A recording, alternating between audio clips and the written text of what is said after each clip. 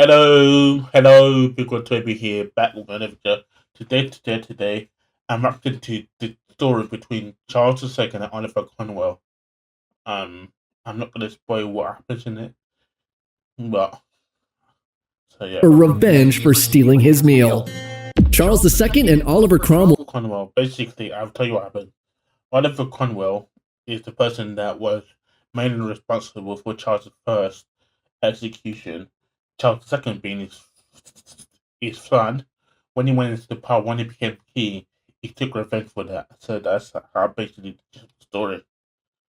But yeah. Well, it's September 6th, 1651.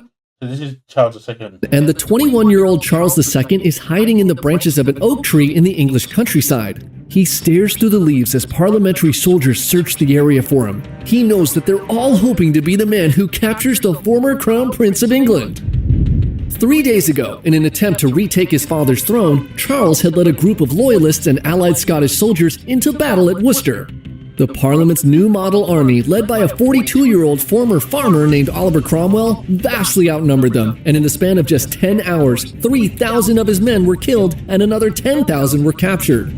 As he desperately clings to a branch, he can't help but think that this was not how his life was supposed to turn out, and it was all Cromwell's fault. See, 10 years earlier, his father, Charles I, the King of England, had stormed into Parliament looking to arrest 5 of its members. By this time, Protestantism had swept through the kingdom, and with it, the idea that the king had the divine right to rule had been shattered amongst the increasingly Protestant parliament. The MPs had limited the king's power, taking away his rights to tax people without their permission, and the right to arrest anyone he wanted to. What good is being a king if you can't do whatever you want?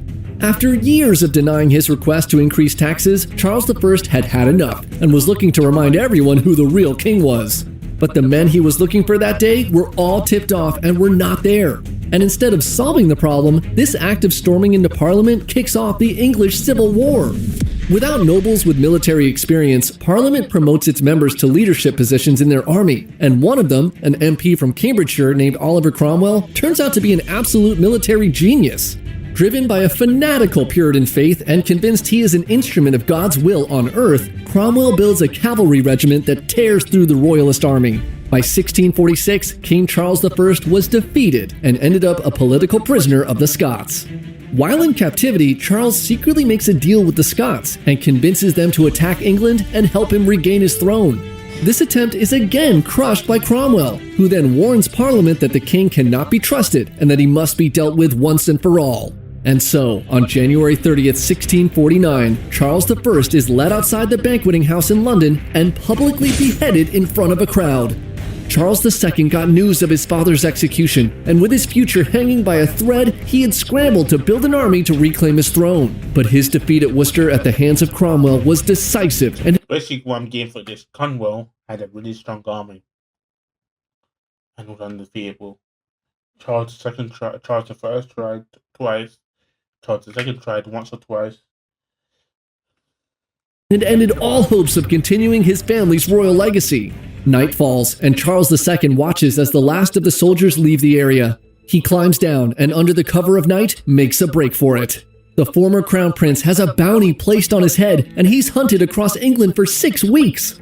He cuts his hair and dirties his face to hide amongst the commoners until finally he manages to escape to France with just a few of his most loyal men. For the next 9 years, he lives on the run in France and Belgium as Cromwell and the Parliament try to extradite him back to England. So they tried to get him back. I think extradite means he tried to force him to go back to England. He's broke, and his few men who remain loyal often go without food or pay. During his exile, Charles gets updates on the state of his homeland. Cromwell was installed as Lord Protector, a position initially Lord Protector because he's the leader of the gang. Designed to function not the gang of the army, of the military. Like a modern-day prime minister of a representative government. But things don't turn out like everyone hoped. Cromwell soon becomes a tyrant and leads a genocidal campaign in Ireland that causes mass famine and wipes out somewhere between 20 to 40% of the Irish population. He goes on to silence the Levelers, a group of MPs who were pushing for equal rights and freedoms for all free men, by killing everyone who opposed him in a churchyard. And soon, he dissolves Parliament, making himself the supreme ruler of the land, just like Charles had done. He institutes a form of martial law throughout the Commonwealth, and he even cancels Christmas. Ho, ho, ho! Merry So this is a bit of a skit. So this part didn't actually happen, but it's a bit of a skit just to show a representation of what he just told us. Christmas!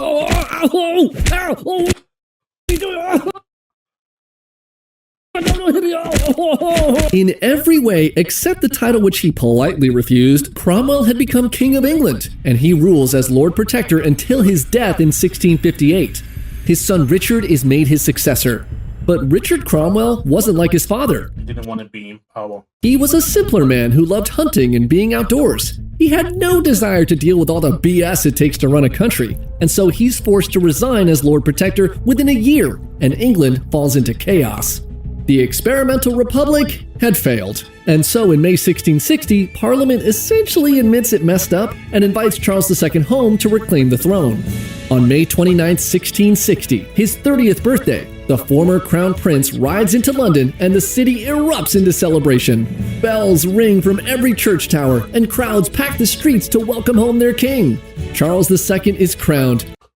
Charles II is crowned. And he turns out to be everything England needs. He's charming and genuinely loved by the people in a way his father never was. He makes England fun again, bringing back the arts and theater, and he even uncancels Christmas. He gains the nickname the Merry Monarch, and in a gracious act, he issues a sweeping general pardon for nearly everyone involved in the English Civil Wars. But the key word here is apart from a few people. Nearly everyone. See, there was a small handful of people that Charles could simply not forgive. The men who had sentenced his father to death and ruined his life for a decade. And there was one man he hated more than all the rest, the former Lord Protector, Oliver Cromwell. But there was just one problem. By this time, Cromwell had been dead for years. He'd passed away peacefully and got away with everything scot-free. This was something Charles could simply not accept. He would have no peace until Cromwell had faced justice. And so, on January 30th, 1661, the January 30th, so the end of January. No, I think January 31. 12th anniversary of his father's execution, Charles II has the body of Oliver Cromwell exhumed from Westminster Abbey. The dried-up corpse of the former Lord Protector, along with two of his co-conspirators, who by the way had also died a long time ago and were also corpses, were brought to Tyburn and hanged in public. Hanging, I don't get, but the next part I kind of get. Throughout the day, onlookers from across London traveled to see the dead body of Cromwell hanging, finally receiving his punishment. As evening drew near, the executioner lowered the bodies and sloppily chopped off their heads.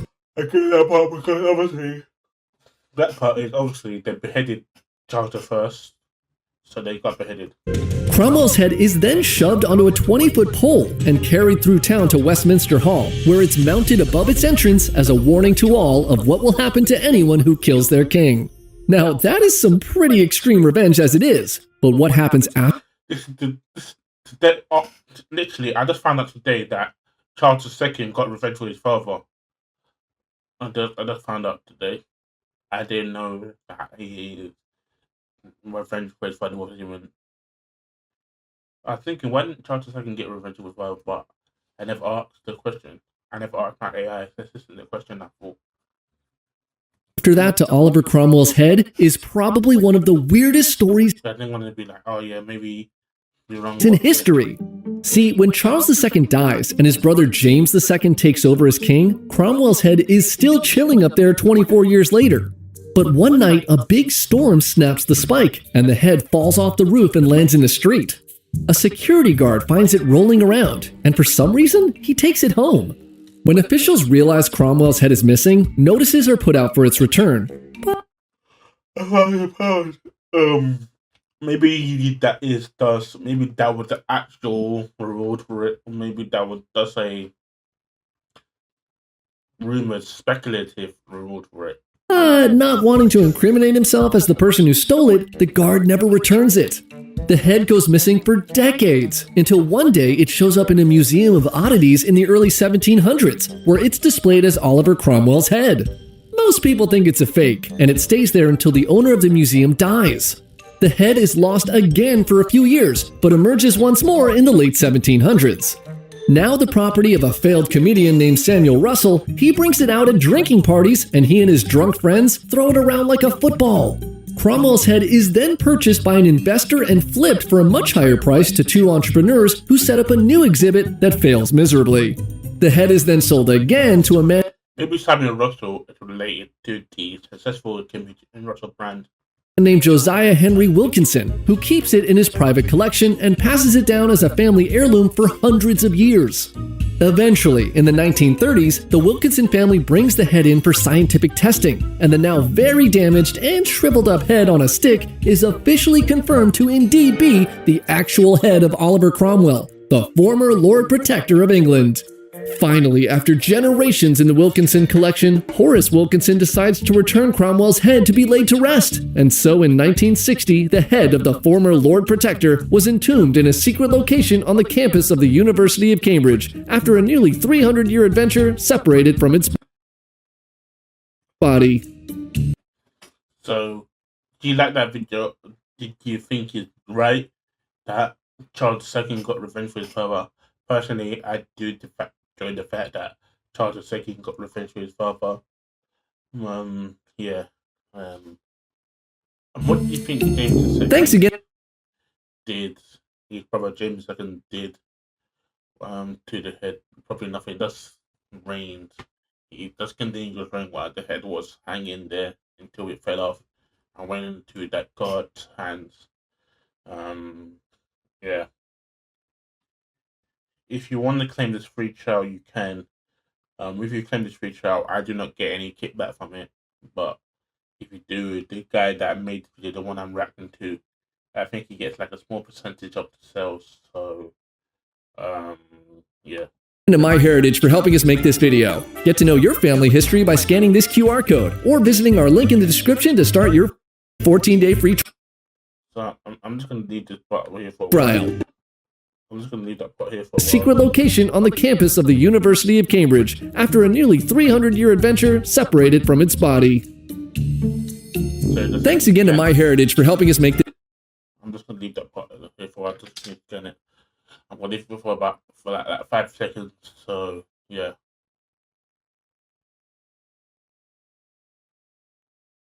video. Get to know your family. It's been about 3 seconds, so let's get into it. I was gonna make another video, but I'm really tired, so Family history by scanning this QR code or visiting our link in the description to start your 14-day free trial.